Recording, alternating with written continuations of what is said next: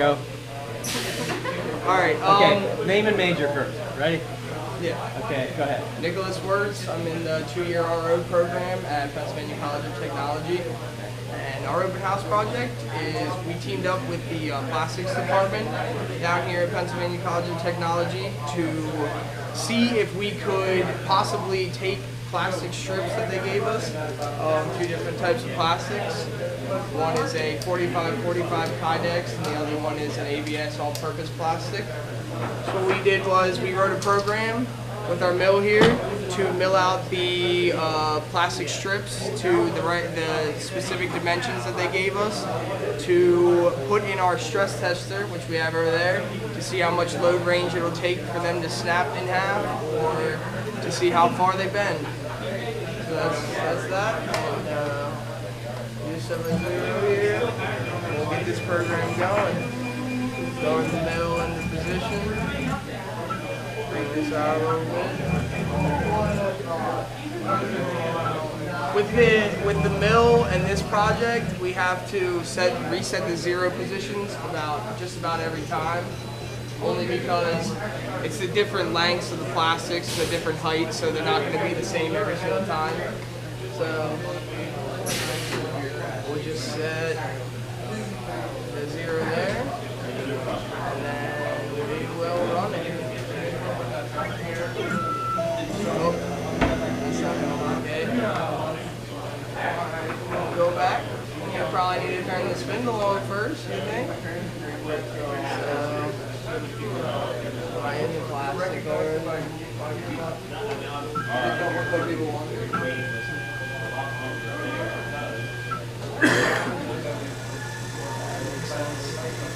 Turn that down. See, with this plastic, we need the spindle speed about right here, because if we turn it up any more than that, with the feed rate that we have, it'll just melt the plastic just right away, just melt it.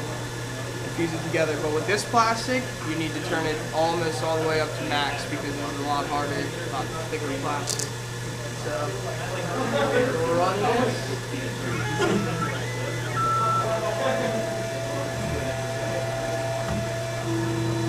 So these are the coordinates that you're looking for your dimensions of the part. Yes. What we had to do was we had to get the dimensions of the part, but also just because we needed to make the piece like to the specific dimensions, we had to take into account for how wide in diameter the drill bit was.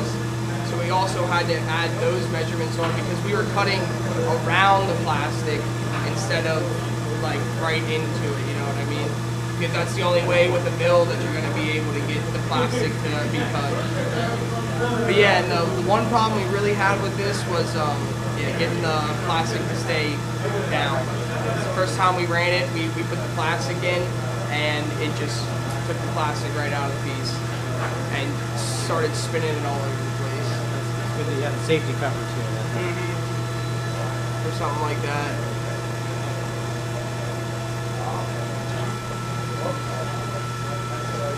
So there it's starting, it's a cross cut.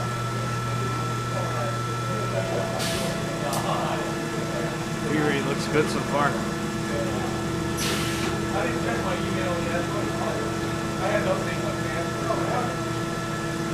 So were you guys going to do an HMI for this eventually too? We were thinking about it.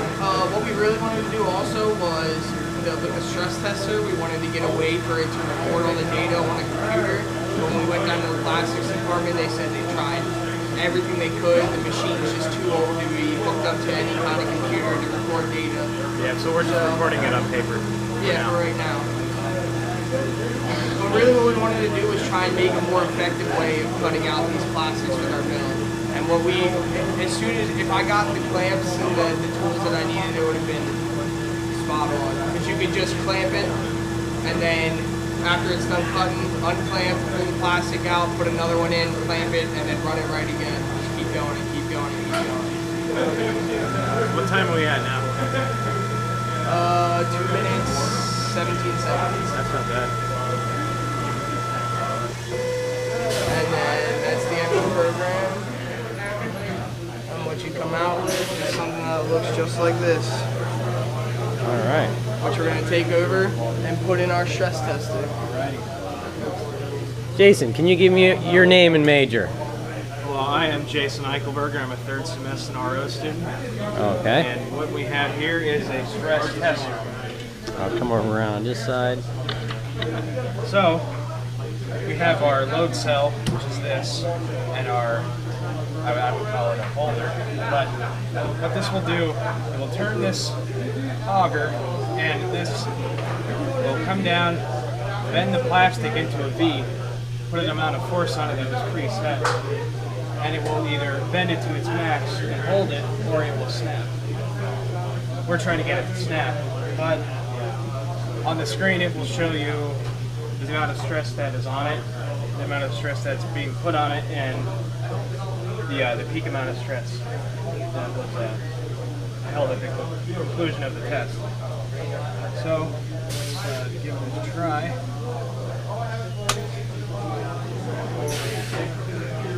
It may not look like it's going, but this little thing is turning very slow.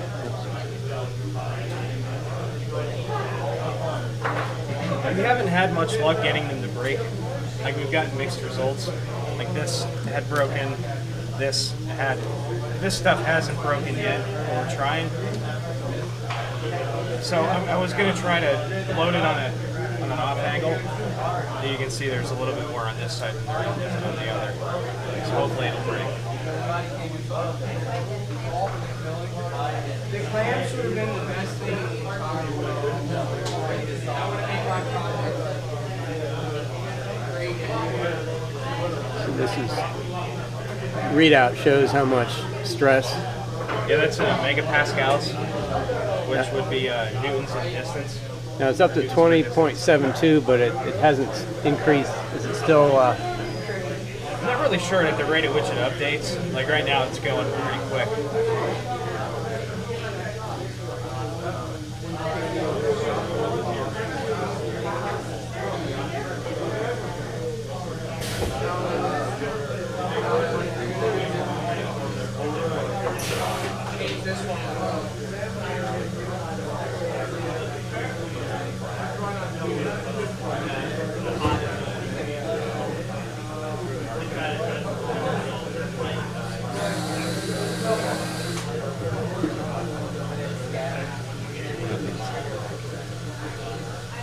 Now if it doesn't break, it just bottoms out. Is that what happens? Yeah, it'll bottom out, stop where it's at, and give us a reading at the rate that, I mean, at the instant that it stops.